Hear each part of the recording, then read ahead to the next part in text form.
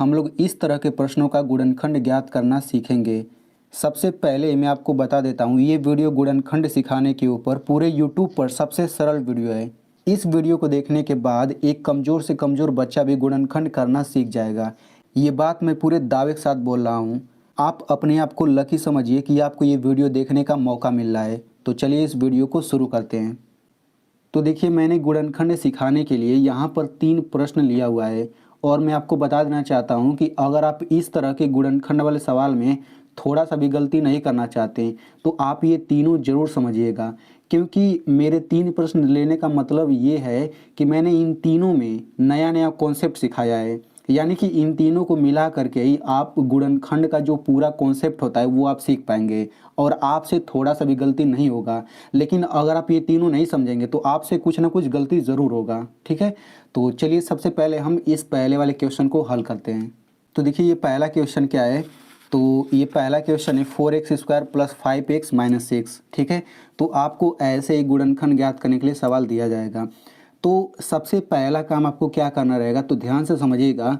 जो जो शुरू में संख्या दिया रहता है और जो अंतिम में संख्या दिया रहता है, सबसे पहले आपको इन दोनों का गुणा करना रहता है। ठीक है, तो 4 और 6 का गुणा करेंगे, कितना आएगा? 4 × 6 = 24। तो मैं यहाँ पे 24 लिख लेता हूँ। ठीक है, यानी कि गुणनखंड वाले सवाल में सबसे पहले आपको यही काम करना रहेगा, शुरू वाले संख्या का अंतिम वाले संख्या में गुणा करना रहेगा। तो मैंने गुणा करके यहाँ पे लिख लिया। ठीक है, अब गुणा करने के बाद अब हम क्या करेंगे, देखिए अब आपको 2 संख्या खोजना है। ठीक है ना, अब कैसी 2 संख्या खोजना है इसको आप सुनिएगा ध्यान से। तो देखिए, मैंने गुणा करके 24 लिख लिया। अब आपको ऐसी 2 संख्या खोजना है कि अगर आप इन दोनों संख्याओं का गुणा करें तो 24 आ जाए और उन्हीं दोनों संख्याओं को घटाएं तो ये बीच वाला 5 आना चाहिए। ठीक है ना, यानी कि अब ध्यान से समझिए, अगर अंतिम संख्या के पहले, देखिए ये अंतिम संख्या के पहले जो ये चिन्ह है ना, ये बहुत मायने रखता है। अंतिम संख्या के पहले अगर माइनस है तो उन दोनों संख्याओं को घटा करके ये बीच वाला 5 लाना रहेगा। अगर अंतिम संख्या के पहले प्लस है तो उन दोनों संख्याओं को जोड़ करके ये बीच वाला लाना रहेगा। ठीक है ना, इतना आप ध्यान दीजिएगा, क्योंकि माइनस का मतलब घटाना होता है, प्लस का मतलब जोड़ना होता है। ठीक है, तो मैं यहाँ पे आपको एक बार फिर से बता देता हूँ कि आपको ऐसी 2 संख्या खोजना है कि अगर आप उन दोनों संख्याओं का गुणा करें तो 24 आ जाए और उन दोनों संख्याओं को घटाएं तो 5 आ जाए। तो वो दोनों संख्या खोजिए ज़रा। तो देखिए, आपको दोनों संख्या खोजने के लिए आपको पहाड़ा पढ़ना पड़ेगा, यानी कि आपको ये देखना पड़ेगा कि 24 किस किस पहाड़े में आता है। तो देखिए, 24 4 के पहाड़े में आता है, तो 4 × 6 = 24 होता है। ठीक है ना, तो मैं यहाँ पे 4 और 6 लिख लेता हूँ। देखिए, 4 और 6 का गुणा करने पर 24 तो आ जाता है। अब इनको घटा करके देखते हैं कि 5 आता है कि नहीं। तो घटाने के लिए हमेशा बड़ी संख्या में से छोटी संख्या घटाएंगे। तो 6 में से 4 घटाएंगे, कितना आएगा? 2 आएगा। यानी कि जिन दोनों संख्या को हम लोग खोज रहे थे वे दोनों संख्या 4 और 6 तो नहीं है, क्योंकि हमें ऐसी 2 संख्या खोजना है जिनका गुणा करें तो 24 आ जाए और उनको घटाएं तो 5 आ जाए। ठीक है, लेकिन यहाँ पे इन दोनों का गुणा करने पर 24 तो आ रहा है, लेकिन घटाने पर 5 नहीं आ रहा है। तो अब हम दूसरा संख्या खोजेंगे। तो अब देखिए, 8 के पहाड़े में 24 आता है, 8 तरीका 24। ठीक है ना, तो मैं यहाँ पे 8 और 3 लिख लेता हूँ। तो देखिए, 8 और 3 का गुणा करने पर 24 तो आ जाता है। इनको घटाते हैं तो बड़ी संख्या में से छोटी संख्या घटाएंगे, कितना आएगा? 5। यानी कि जिन दोनों संख्या को हम खोज रहे थे वे दोनों संख्या 8 और 3 है, क्योंकि 8 और 3 का गुणा करने पर 24 भी आ जाता है, इनको घटाने पर 5 भी आ जाता है। तो हमने वो दोनों संख्या खोज लिया। तो आपको दोनों संख्या हर एक गुणनखंड वाले सवाल में खोजना रहेगा, ऐसे ही 2 संख्या खोजना रहेगा। जैसे इस वाले सवाल में दोनों संख्या 8 और 3 है। तो दोनों संख्या खोजने के बाद अब आपको क्या करना रहेगा वो आप ध्यान से समझिएगा। अब इन दोनों संख्या को 4 बार लिखिए। ठीक है ना, तो मैं यहाँ पे 4 बार लिखता हूँ। 8 3 एक बार हो गया, 8 3 2 बार हो गया, 8 3 3 बार हो गया, 8 3 4 बार हो गया। 4 बार लिखने के बाद आपको क्या करना रहेगा, आप क्या करिए, दोनों में प्लस प्लस लगा दीजिए, दोनों में प्लस प्लस, और यहाँ पर दोनों में माइनस माइनस का चिन्ह लगा दीजिए। अब इसके बाद हम क्या करेंगे, ये पहले में माइनस दूसरे में पहले में प्लस दूसरे में माइनस लगा देंगे। अब पहले में माइनस और दूसरे में प्लस। ठीक है ना, इतना हम करेंगे। इतना करने के बाद हम क्या करेंगे, देखिए इतना कर लेने के बाद अब हम इसको हल करेंगे। तो देखिए, +8 + 3 कितना आता है, ये आपका आ जाता है +11। -8 - 3 कितना आता है, -11 आ जाता है। ठीक है, +8 - 3 कितना आ जाता है, ये आपका आ जाएगा +5। -8 + 3 कितना आ जाता है, ये आपका आ जाएगा -5। ठीक है, अब इसके बाद ये हल कैसे हो गया, इसके बाद इतना कैसे आया, ये मैं आपको थोड़ा सा रूल बता देता हूँ। तो जल्दी जल्दी मैं आपको यहाँ पे बता देता हूँ। तो देखिए ध्यान से, अगर प्लस प्लस का चिन्ह रहेगा तो दोनों संख्याओं को जोड़ते हैं और बड़ी संख्या के पहले का चिन्ह लगाते हैं। अगर माइनस माइनस का चिन्ह है तो दोनों संख्याओं को जोड़ते हैं और बड़ी संख्या के पहले का चिन्ह लगाते हैं। प्लस माइनस का चिन्ह है तो दोनों संख्याओं को घटाते हैं। दोनों संख्याओं को घटाने का मतलब है कि बड़ी में से छोटी संख्या घटाते हैं और बड़ी संख्या के पहले का चिन्ह लगाते हैं। माइनस प्लस का चिन्ह है तो दोनों संख्याओं को घटाते हैं और बड़ी संख्या के पहले का चिन्ह लगाते हैं। ठीक है ना। तो अब ये रूल आप लोग स्क्रीनशॉट ले लीजिए, इसके बाद मैं आपको समझाता हूँ। ठीक है। तो देखिए इसमें प्लस प्लस का चिन्ह है तो जोड़ते हैं, तो 8 में 3 जोड़ा 11 आ गया और बड़ी संख्या 8 है, इसके पहले प्लस है तो मैंने यहाँ पे प्लस लगा दिया। ठीक है। माइनस माइनस का चिन्ह है तो संख्याओं को जोड़ते हैं, तो 8 3 11 आ गया। 8 बड़ी है तो इसके पहले माइनस है तो मैंने माइनस का चिन्ह लगा दिया। अब देखिए प्लस माइनस का चिन्ह है तो घटाते हैं, तो बड़ा में से छोटा घटाते हैं, तो 8 में से 3 घटा 5 आ गया और 8 बड़ा है, प्लस का चिन्ह तो प्लस लगा दिया। बिल्कुल उसी तरह इसमें भी। ठीक है। अब इतना कर लेने के बाद अब आप ध्यान से समझिएगा। देखिए अब आपको बीच वाला जो संख्या है ना, अब इसके पहले देखिए प्लस है, अब आपको ये चिन्ह सही से देखना है। तो ये +5 है ना, तो अब देखिए +5 है ना, तो +5 इसमें इन चारों में कहीं ना कहीं जरूर आ जाएगा +5। तो देखिए +5 यहाँ पे है, यानी कि बीच वाला चिन्ह सहित इन चारों में से हमेशा कहीं ना कहीं जरूर मिलेगा। तो +5 यहाँ पे है। अब हम क्या करेंगे, इसका इस्तेमाल करेंगे, इस गुणनखंड को आगे बढ़ाने के लिए इसका इस्तेमाल करेंगे। ठीक है ना। कैसे करेंगे वो आप ध्यान से समझिए। तो पहला वाला ये 4x², तो इसको हम शुरू में लिख लेंगे और जो यहाँ पे अंतिम है इसको अंतिम में लिख लेंगे। बीच में हम क्या लिखेंगे, तो देखिए बीच में हम यही लिखेंगे, बस हम यहाँ पे x बढ़ा देंगे क्योंकि इसमें x है। तो यही वाला उठा करके दोनों बीच में रख दीजिए। तो ये मैं बीच में लिखता हूँ क्या, +8x और ये हो जाएगा -3x। ठीक है। तो आपको इस तरीके से कर लेना है। अब मैं क्या करूँगा, इसको बॉक्स के अंदर कर लेता हूँ ताकि समझाने में आसानी हो।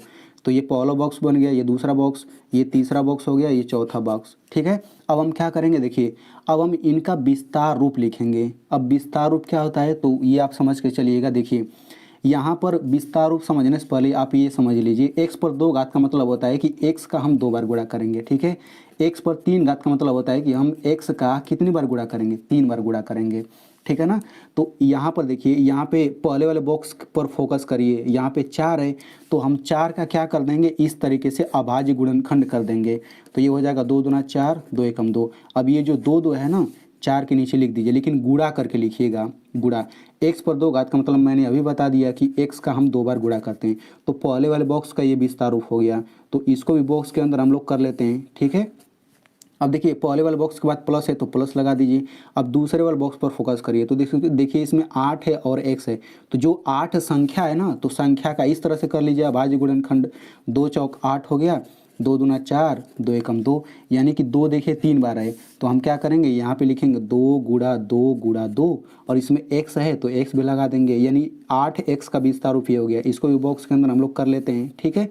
अब क्या करेंगे, यहाँ पे देखिए तीसरे बॉक्स के पहले माइनस है तो ये माइनस लगा दीजिए। अब 3x है तीसरे वाले बॉक्स में, तो 3 का हम अभाज्य गुणनखंड करेंगे ऐसे। तो 3 एकम 3, ये 3 का 3 ही रहेगा, तो ये मैंने 3 लिखा, गुणे x है तो x लिख दिया। इसको भी बॉक्स के अंदर हम लोग कर देते हैं। ठीक है। अब देखिए माइनस, अब चौथे बॉक्स में 6 है तो 6 का भी अभाज्य गुणनखंड करिए, तो 2 3 6 हो गया, 3 एकम 3 हो गया। तो 2 गुणा 3 लिखेंगे यहाँ पे, तो ये हो जाएगा 2 गुणा 3। इसमें x नहीं है तो इसमें x अपने मन से बढ़ाएंगे नहीं। ठीक है। अब इतना करने के बाद अब आपको क्या करना रहेगा, तो देखिए अब पहले वाले बॉक्स और दूसरे वाले बॉक्स में हम लोग कॉमन लेते हैं। ठीक है। अब कॉमन क्या होता है, तो इसे आप ध्यान से समझिए। जो इन दोनों में होता है ना, वही कॉमन होता है, और कॉमन को हमेशा हम इस कोष्टक वाले के बाहर लिखते हैं। ठीक है। तो इन दोनों में क्या क्या है हम लोग देखते हैं। इसमें देखिए 2 है तो मैं 2 पर निशान लगा देता हूँ, इस पर भी निशान। इन दोनों में 2 है। अब देखिए इसमें भी 2 है, इसमें भी 2 है, इसमें देखिए x है, इसमें भी x है, इसमें देखिए x है, अब इसमें x नहीं है, नहीं तो इस पर भी निशान लगा देते हैं। यानी कि इन दोनों बॉक्स में क्या क्या है, 2 2 x इस वाले बॉक्स में है, 2 2 x इस वाले बॉक्स में है, यानी कि 2 2 x वही कॉमन हो गया और कॉमन को कोष्टक के बाहर लिखते हैं। तो 2 2 x को हम कोष्टक के बाहर यहाँ पे लिखेंगे, लेकिन गुणा करके लिखेंगे। तो गुणा कर लीजिए, तो 2 2 x का गुणा करेंगे, 2 दूना 4 और x, ये हो जाएगा 4x। यानी कि 4x इसमें देखिए निशान वाला बाहर आ गया। यानी कि बस आप इतना समझिए ना कि यहाँ से 2 2 x बाहर आ गया, यहाँ से आ गया 2 2 x बाहर। ठीक है ना। अब यहाँ पे पहले वाले बॉक्स में इस पर निशान नहीं है तो इसको अंदर लिखे कोष्टक के, प्लस है तो प्लस लिखिए, और यहाँ पर देखिए इस पर निशान नहीं है तो इसको भी यहाँ पर लिख दीजिए। ठीक है। यानी कि बस आप इतना समझ लीजिए कि जिस पर निशान है वो कोष्टक के बाहर आ गया, कोष्टक के बाहर, तो यहाँ पे यही तो बचेगा और यहाँ पे यही तो बचेगा, तो वो हम कोष्टक के अंदर लिख देंगे। ठीक है ना। अब हम क्या करेंगे, अब आते हैं अगले पर। अब समझिए कि इन दोनों का काम खत्म हो गया। ठीक है। अब इन दोनों बॉक्स के बाद माइनस का चिन्ह है, तो आप यहाँ पे माइनस का चिन्ह लगाइए, फिर यहाँ पे दूसरा कोष्टक बनाइए। अब इस दूसरे कोष्टक में बिल्कुल यही वाला उतार दीजिए। ठीक ना। आपको कुछ भी अलग नहीं करना है, जितना मैं आपको बता रहा हूँ केवल आप उतना करेंगे तो आपका एक भी सवाल गलत नहीं होगा। ठीक है। तो यही वाला चीज़ उठा के यहाँ पे लिख दीजिए। अब इस कोष्टक के बाहर यहाँ पर कुछ ना कुछ रहेगा। जैसे यहाँ पे कोष्टक के बाहर 4x है, तो 4x आया कहाँ से, इन दोनों पर जो निशान है वही तो आया है बाहर। तो देखिए इसमें दो दो एक्स पर निशान है, तो यहाँ से 4x बाहर आ गया। अब देखिए यहाँ पर भी 4x है, तो इसका मतलब 4x इसमें भी, इसमें भी, इसका मतलब दो बार यहाँ पे नहीं आएगा, यहाँ से एक ही बार आएगा, यहाँ से समझिए कि दोनों को मिला करके यहाँ पे एक ही बार आएगा। ठीक ना। तो वैसे ही अब इन दोनों में जो रहेगा वही बाहर आ जाएगा। तो देखिए इसमें 3 है, इसमें भी 3 है, इसमें x है, इसमें x नहीं है, तो इसमें भी 3 है, इसमें भी 3 है, तो केवल इन दोनों में से केवल एक ही 3 यहाँ पे बाहर आ जाएगा। ठीक है। अब इसके बाद आपको क्या करना है, तो देखिए कोष्टक के बाहर यहाँ पर 4x है, इस कोष्टक के बाहर यहाँ पे -3 है, तो कोष्टक के बाहर वाले को हम कोष्टक के अंदर लिख लेते हैं। तो ये बाहर है तो इसको लिखा, ये बाहर क्या है -3, तो ये मैं -3 लिख लेता हूँ। दूसरे कोष्टक में क्या लिखेंगे, बिल्कुल यही वाला, ये वाला कोष्टक वाला लिख देंगे, x + 2। ठीक है ना। तो ये हो जाएगा आपका आंसर। अब यहाँ पे मैं आपको एक चीज़ एक्स्ट्रा बता देता हूँ, तो देखिए ध्यान से समझिएगा। इसी सवाल को मैंने हल किया तो इतना आंसर आ रहा है, लेकिन इसी सवाल को कई लोग हल करेंगे ना तो उनका आंसर ये भी आ सकता है, x + 2 और 4x - 3, और ये भी सही है आंसर, ये भी सही है आंसर। कैसे मैं आपको बताता हूँ। देखिए इस दूसरे वाले आंसर में x + 2 बाद में, पहले वाले में बाद में है, लेकिन इसमें पहले हो गया, और इसमें ये पहले ये बाद में चला गया। ठीक है ना। यानी कि ये बदल सकता है, दोनों ही आंसर सही माना जाएगा। तो इस तरीके से ये पहला क्वेश्चन हल हो गया। चलिए अब हम लोग इस दूसरे वाले क्वेश्चन को हल करते हैं। तो देखिए बहुत लोग क्या करेंगे, बहुत लोग पहले वाले क्वेश्चन को समझ करके यहाँ से भाग गए होंगे, लेकिन मैं आपको बताना चाहता हूँ कि उनसे गलती ज़रूर होगा, ज़रूर सवाल लगाने में गलती होगा, क्योंकि इसमें आप नया कॉन्सेप्ट सीखेंगे, और जो मैं तीसरा क्वेश्चन बताने वाला हूँ उसमें भी आप नया कॉन्सेप्ट सीखेंगे। तो अगर उस तरह का सवाल आ गया तो गलती कन्फर्म है होगा। ठीक है। तो आप लोग दोनों को समझिएगा। चलिए मैं आपको बताता हूँ। तो देखिए इस वाले सवाल में क्या है, जैसे पहले वाले सवाल में यहाँ पे कोई संख्या था लेकिन इसमें कुछ है ही नहीं, लेकिन मैंने आपको बताया था कि सबसे पहला काम आपको क्या करना रहेगा, अंतिम संख्या का गुणा शुरू वाले संख्या में करना रहेगा, लेकिन यहाँ पे कुछ है ही नहीं। तो बस आप इतना दिमाग में रखिए कि जब यहाँ पे कोई संख्या नहीं रहता है तो हम यहाँ पे 1 मान लेते हैं, तो 36 और 1 का गुणा करेंगे तो कितना आएगा, 36 ही आएगा। ठीक है ना। तो मैंने गुणा करके यहाँ पे 36 लिख लिया। अब हम क्या करेंगे, अब हमें ऐसी दो संख्या खोजना है कि अगर हम लोग उन दोनों संख्याओं का गुणा करें तो 36 आ जाए, और उनको घटाएं तो क्या आना चाहिए, 9 आना चाहिए। तो देखिए वो दोनों संख्या 12 और 3 है, 12 3 का गुणा करेंगे तो 36 आ जाएगा, 12 3 36, और 12 में से 3 घटाएंगे तो 9 भी आ जाएगा, यानी कि वे दोनों संख्या 12 और 3 है। अब हम क्या करेंगे, इन दोनों संख्याओं को 4 बार लिखेंगे, और सबसे पहले हम क्या करेंगे, प्लस प्लस का चिन्ह लगा देंगे, फिर माइनस माइनस का चिन्ह लगा देंगे, फिर एक में प्लस एक में माइनस, फिर एक में माइनस और एक में प्लस। अब इसको हल करते हैं, तो इसको हल करेंगे तो ये आपका आ जाएगा +15, इसको हल करेंगे तो ये आ जाएगा -15, इसको हल करेंगे तो कितना आ जाएगा +9, इसको हल करेंगे कितना आ जाएगा -9। अब हम क्या करेंगे, बीच वाले पर चिन्ह सहित देखेंगे, तो ये चिन्ह सहित है कितना, +9 है। ठीक है। तो इस इन चारों में प्लस में कहीं ना कहीं आएगा, तो देखिए यहाँ पे आया है +9। अब हम इसका इस्तेमाल करेंगे, लेकिन इसमें x लगा देंगे। ठीक है ना। इसी को हम क्या करेंगे, बीच में लिखेंगे, तो देखिए मैंने बीच में लिखा है +12x - 3x, मैंने बीच में लिख दिया, और पहले और लास्ट वाले को वैसे ही उतार दिया। ठीक है। अब क्या करेंगे, इनका विस्तार रूप लिखेंगे, तो मैंने विस्तार रूप लिख लिया है। यहाँ पे 36 का अभाज्य गुणनखंड करेंगे इस तरह से, तो 2 2 3 3 आएगा, तो मैंने यहाँ पे लिख लिया। ठीक है। अब क्या करेंगे, इन दोनों में हम कॉमन लेंगे, तो कॉमन लेते हैं सबसे पहले इन दोनों बॉक्स में। तो देखिए यहाँ पर x है, इसमें भी x है, इसमें x है, इसमें अब x नहीं दिख रहा है। अब हम क्या करेंगे, यहाँ पे हम कोष्टक बनाएंगे। कोष्टक के बाहर क्या रहेगा, जो निशान वाला है, तो पहले वाले बॉक्स में x पर निशान है तो यही वाला x आ जाएगा। ठीक है ना। तो बस आप इतना समझिए कि यहाँ से भी x आ गया, यहाँ से भी x आ गया, तो यहाँ पहले वाले बॉक्स में x पर निशान नहीं है तो ये अंदर रहेगा, प्लस है, प्लस लिखिए। यहाँ पर देखिए इन तीनों पर निशान नहीं है, मतलब इनका गुणा करके अंदर लिखेंगे ना, तो गुणा करिए तो 2 दूना 4 3 12, यानी कि यहाँ पे 12 आ गया। इन दोनों कोष्टक का काम खत्म हो गया। इन दोनों के बाद माइनस का चिन्ह है ना, तो आप यहाँ पे माइनस का चिन्ह लगाइए, यहाँ पर दूसरा कोष्टक बनाइए। अब इस कोष्टक में आप यहाँ से मिलाइए नहीं, बिल्कुल यही वाला उतार दीजिए, ठीक ना। देखिए जैसे मैं आपको बता रहा हूँ कॉमन लेने के लिए बिल्कुल वैसे ही लीजिएगा, आपसे हर एक सवाल होगा, ठीक है। अब देखिए इस कोष्टक के बाहर x है, तो इस कोष्टक के बाहर भी यहाँ पे कुछ ना कुछ रहेगा, वो क्या रहेगा जो इन दोनों में है। तो देखिए इसमें 3 है, इसमें भी 3 है, इसमें x है, इसमें x नहीं है। इसका मतलब क्या कि देखिए यही वाला 3 यहाँ पे आ जाएगा, यहाँ से भी 3 आ जाएगा, और समझिए यहाँ से भी 3 आ गया, मतलब इन दोनों में से कोई एक यहाँ पे हम लिख देते हैं निशान वाला, ठीक है। अब हम क्या करेंगे, इसके बाद कोष्टक के बाहर x है और यहाँ पे कोष्टक के बाहर -3 है, तो कोष्टक के बाहर वाला हम कोष्टक के अंदर लिख लेते हैं, दूसरे कोष्टक में बिल्कुल यही वाला लिख लेंगे x + 12। तो हमारा इसका आंसर ये हो गया। तो चलिए अब हम लोग इस तीसरे वाले क्वेश्चन को समझते हैं। तो देखिए आप लोग इस तीसरे वाले क्वेश्चन में भी अलग कॉन्सेप्ट सीखेंगे, ठीक है। तो इसको समझाने के बाद मैं आपको एक सवाल दूंगा, उसको आप लोग हल जरूर करिएगा, तभी तो मुझे पता चलेगा कि आपको समझ आ गया है, ठीक है। तो इसको मैं समझाता हूँ। तो देखिए इसको समझाने के लिए 6 और 5 का गुणा करेंगे 30 आ जाएगा, और बिल्कुल उसी तरह से दोनों संख्या खोजेंगे और इस तरह से कर लेंगे, ठीक है। फिर आप यहाँ तक आ जाएंगे, यहाँ पे कॉमन लेने में आप नया कॉन्सेप्ट सीखेंगे। तो आप कैसे कॉमन लेंगे, देखिए पहला बॉक्स ये है, दूसरा बॉक्स ये है, तो पहले वाले बॉक्स में 2 दिखा, इसमें देखिए 2 है, इसमें 3 है, इसमें 3 नहीं है, इसमें देखिए x है, इसमें भी देखिए x है, इसमें x है, अब इसमें दूसरा x नहीं है, ठीक है। तो यहाँ पे हम कोष्टक लिखेंगे, कोष्टक के बाहर क्या रहेगा जो निशान वाला है, तो पहले वाले बॉक्स में दो x पर निशान है, इसमें भी 2x पर निशान है, तो किसी एक से 2x उठा लीजिए, ये बाहर आ जाएगा। तो समझिए यहाँ से भी आ गया बाहर, यहाँ से भी बाहर आ गया।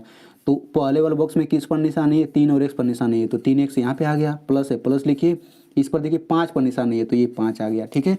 अब इन दोनों का काम खत्म, इसके बाद माइनस है तो माइनस लिखिए, फिर यहाँ पे अगला कोष्टक बनाइए और बिल्कुल यही वाला यहाँ पे लिख दिए 3x + 5। अब इस कोष्टक के बाहर यहाँ पे कुछ ना कुछ रहेगा, वो क्या रहेगा जो इन दोनों में निशान लगेगा, जो इन दोनों में कॉमन रहेगा। तो देखिए इसमें 3 है, इसमें 3 नहीं है, इसमें x है, इसमें x नहीं है, तो अब यहाँ पे आपको समझना पड़ेगा। तो देखिए तो क्या होता है, इन दोनों में हमेशा कुछ ना कुछ कॉमन ज़रूर मिलेगा, यानी कि इन दोनों में आपको निशान ऐसे लगाएंगे ना, तो इसमें और इसमें निशान हमेशा लगेगा, कुछ ना कुछ ज़रूर मिलेगा। लेकिन इन दोनों में क्या होगा कि कभी कभी इन दोनों में कॉमन नहीं मिलता है, यानी इन दोनों में कभी कभी निशान मिलता ही नहीं है। जैसे देखिए इसमें 3, इसमें 3 नहीं है, इसमें x है नहीं, तो वहाँ इस कंडीशन में हमें क्या करना रहेगा, हम यहाँ पे 1 बढ़ाएंगे, क्या बढ़ाएंगे, केवल 1 बढ़ा देंगे, ठीक है। तो आई होप आपको समझ आ गया होगा। इसके बाद हम क्या करेंगे, कोष्टक के बाहर 2x है, यहाँ पर -1 है, तो 2x - 1 यानी कोष्टक के बाहर वाला अंदर लिख लिया हमने कोष्टक के, और दूसरे कोष्टक में बिल्कुल ये वाला लिख देंगे 3x + 5। तो ये हमारा हो जाएगा आंसर, ठीक।